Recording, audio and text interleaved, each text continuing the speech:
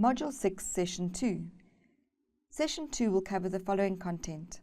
Learning Outcome 2.5.2. Use the upper and lower limits to calculate definite integrals. Learning Outcome 2.5.2.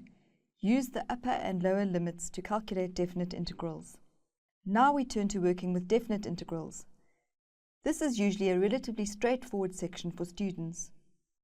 It's easy to recognize when the definite integral is required because the integral sign has two numbers at the bottom and at the top of the integral symbol. These numbers are the lower and the upper limits of x, and we need to find the value of the integral between these two values. Let's take a quick look at the formal definition of the definite integral. If the first derivative of f of x is continuous on an interval of x greater than or equal to a and less than or equal to b, and if f of x is any indefinite integral of the first derivative of f of x, then the formula is this. In other words, the definite integral is expressed as the difference between the values of the integral at the values of the upper limit b and the lower limit a. This means that we are going to evaluate the integral at a and b and subtract the lower limit from the upper limit. When we do this, we leave out the c value, as it will be the same for both integrals, which means that it is cancelled out. Here are the steps to follow to calculate the definite integral using an example. Step 1. Find the integral using standard rules and write it without c between square brackets, with the upper and lower limits written in to the right of the brackets. For this example, we will use the integral from 1 to 4 of x squared dx. Step 2. Simplify as needed. Step 3. Calculate the integral for the upper limit and put it into the first set of brackets, and calculate the lower limit and put it into the second set of brackets. Find the difference between the two. Finally, simplify. This is a fairly easy section and students do not tend to struggle with it. Let's watch how a lecturer teaches some examples of the definite integral. Calculate the following definite integrals. Now, first of all, why is this called definite integrals? It's because we have limits there. 4:2. So the first thing is that limit means that we're going to eliminate the plus c now. And we're going to find a value for that integral. But the procedure is exactly the same. So you're going to have 3 constant outside. The integral upper limit is 4, lower limit is 2, x squared dx, right? That is equal to 3, but now we're going to have square brackets with those limits outside there. 4, 2. You can see there no plus c. And then we find the integral by using formula number 21. Obviously, that will then become x. I'm going to follow the same procedure as before. 2 plus 1 over 2 plus 1. And this gives us 3, obviously, x 3 over 3 with the limits 4:2. And now, we can now multiply that with that out, and we have a value here of x 3 to the limits 4:2. Now, what we've calculated now was the integral of x squared, 3x squared, which gives us x cubed. Now we're going to apply the definite integral rule. What does that mean? X will now be substituted with the upper limit. In other words, we're going to say x is 4, that's the upper limit, raised to the power 3. And then we will subtract it with the lower limit, which is 2 to the power 3. Very, very important. You first substitute the upper limit minus, then you substitute the lower limit, and the rest is 4 to the power 3, it's 64, minus 2 to the power 3, it's 8, and we will get a nice answer here of 56. Let's look at B. Once again, definite integral, the integral upper limit 2, lower limit 0, e to the power 3x. Immediately we can see it falls under the kx in category. That equals to, remember, integral inside, upper limit, lower limit. Looking at formula number 26, this will give us e 3x over 3.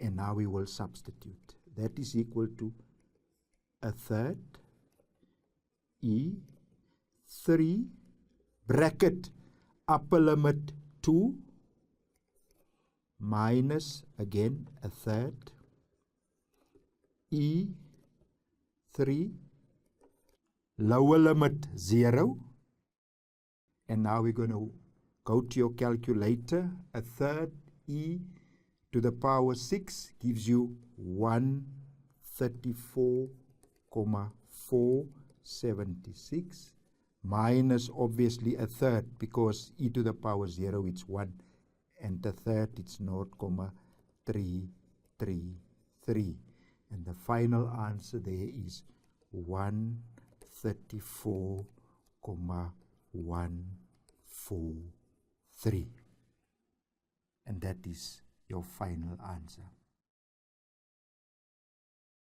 Work through this example on your own. Calculate the definite integral given this.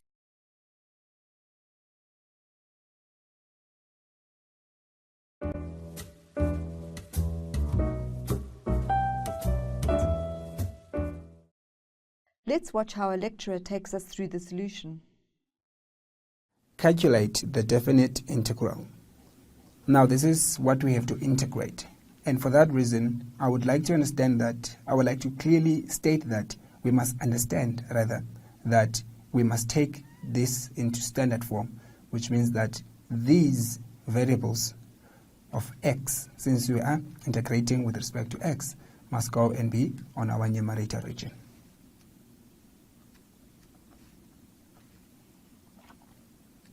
Which is going to be 1, this one as the numerator, times x to the power of negative the current exponent, minus 2 times the denominator with the negative exponent. There's nothing we're going to do to this because it's already in standard form, d dx. Okay. Now, once you have written it in its standard form, then you can proceed to solve your integral.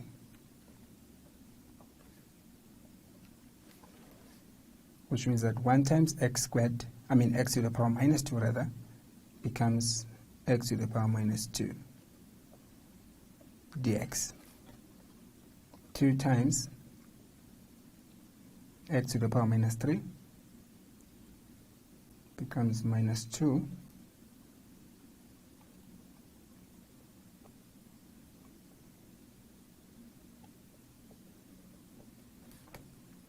dx, and minus 4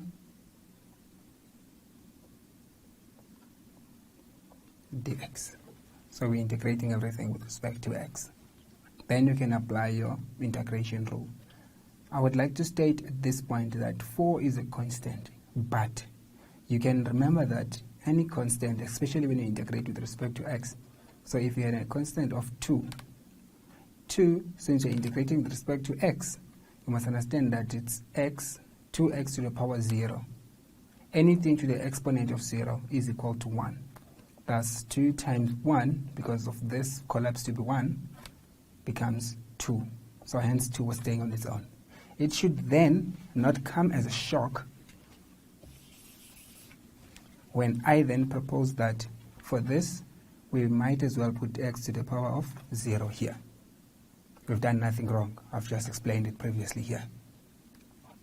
Now let's go and integrate. So we're going to have add 1 to the current power, the new power becomes a denominator. So negative 2 plus 1 becomes negative 1. So your answer would be x to the power negative 1. The new power becomes your denominator, minus 1.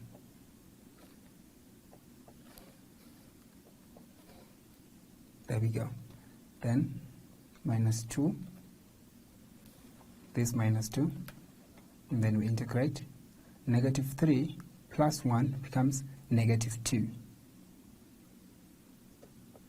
Divide by the new power.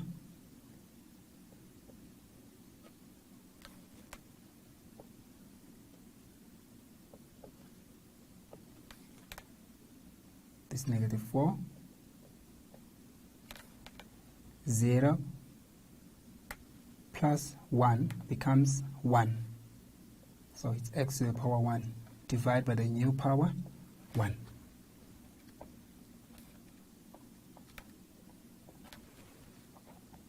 Let us simplify our exponents. We see that we have a negative exponent here, so we transpose it to the denominator. It becomes minus, this minus 1, which was the coefficient of x, over x to the power 1. I just want to put the power of 1 now because I'm explaining what I'm doing. But your exponent of 1 is not necessary. Negative 2, this negative 2, divided by this negative 2, x with a positive exponent.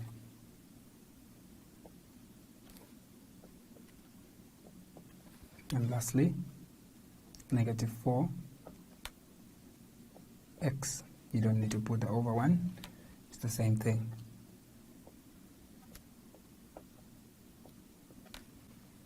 Now that we have that, we then apply the minimum and the maximum. And it's always that maximum minus minimum.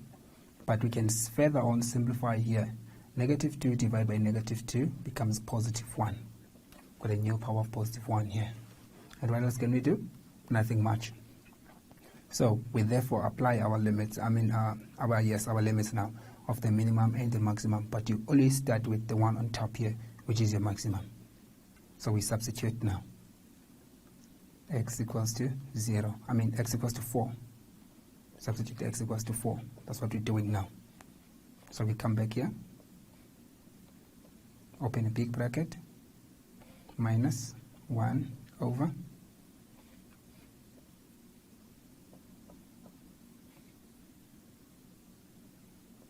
plus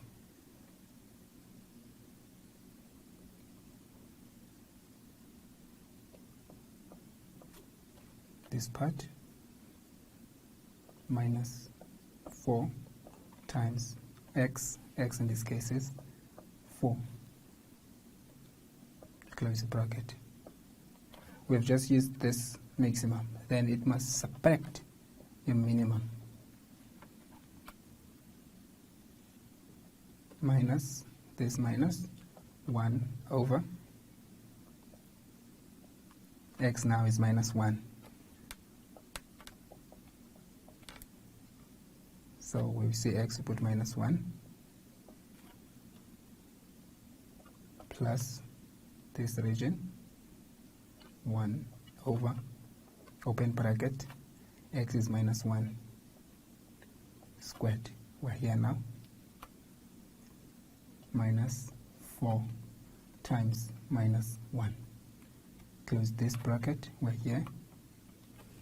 Straight from our calculator, we can find the solution of this integral, of this definite integral. So your final answer would be here. Open your big bracket. You need a fraction. You need a power. You need the negative rather, this negative.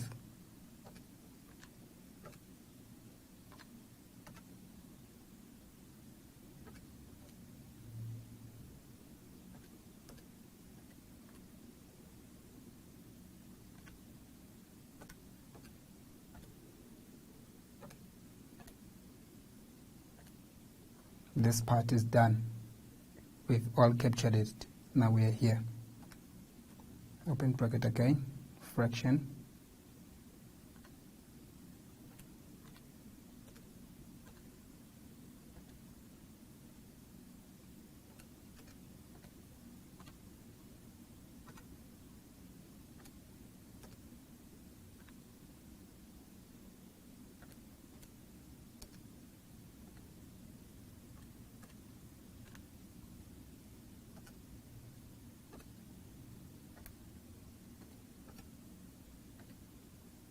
So you've closed this bracket now, then you're closing the bigger bracket, your final answer. It is in a fraction form of minus 355 divided by 16, which is also equal to, you can just change, minus 22.188. That is your final answer.